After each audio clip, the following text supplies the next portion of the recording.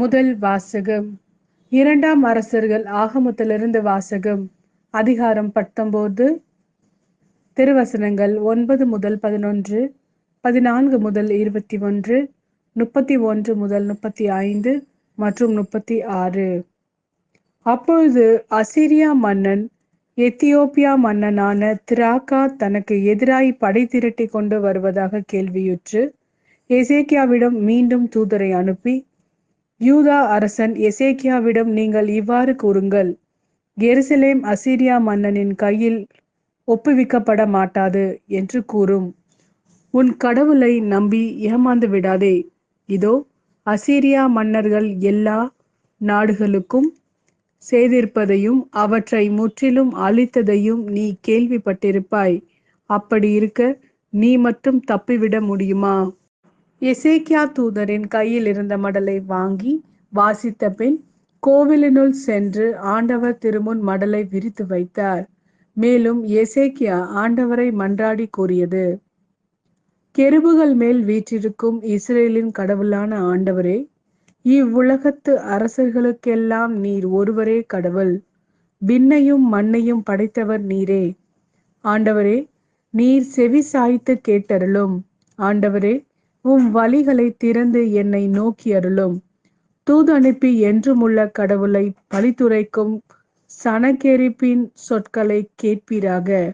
ஆண்டவரே, அசீரிய மன்னர்கள் வேற்றினத்தாரையும் அவர்கள் நாடுகளையும் அழித்தது உண்மைதான். அவர்கள் வேற்றினத்தாரின் தெய்வ சிலைகளை நெருப்பிலிட்டு எரித்தனர். ஏனெனில் அவை உண்மை கடவுள் அல்ல, மரத்தாலும் கல்லாலும் மனிதன் செய்தவையே.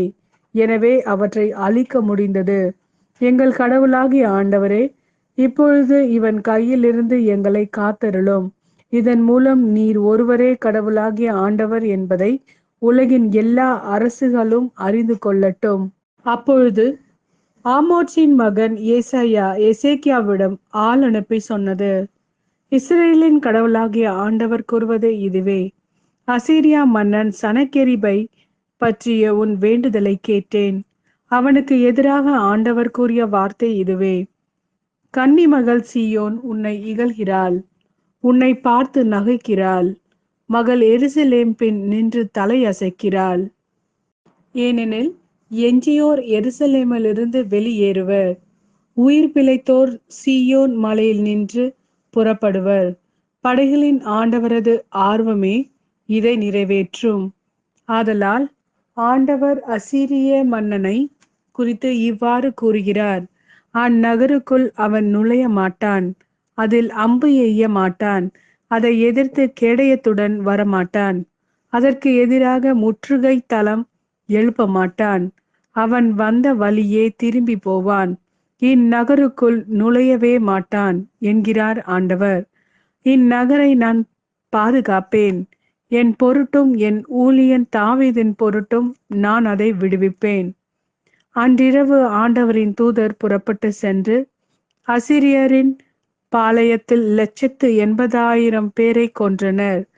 மக்கள் காலையில் எழுந்தபோது அங்கு அனைவரும் செத்த பிணமாய் கிடந்ததை கண்டனர். எனவே அசீரிய மன்னன் சனகெரிபு திரும்பி சென்று நினிவேயில் தங்கியிருந்தான். இது ஆண்டவரின் அருள்வாக்கு. இறைவா, உமக்கு நன்றி.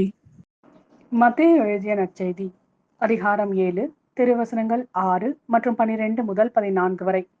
தூய்மையானது எதையும் நாய்களுக்கு கொடுக்க வேண்டாம், அவை திரும்பி உங்களை கடித்து குதறும்.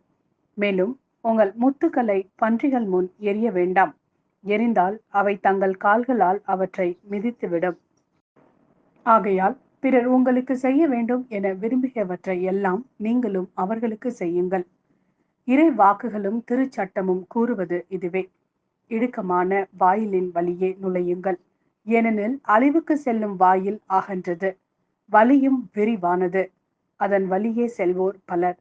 வாழ்வுக்கு செல்லும் வாயில் மிகவும் இடுக்கமானது, வழியும் மிக குறுகலானது, இதை கண்டுபிடிப்போர் சிலரே சிலரே சிலரே சிலரே.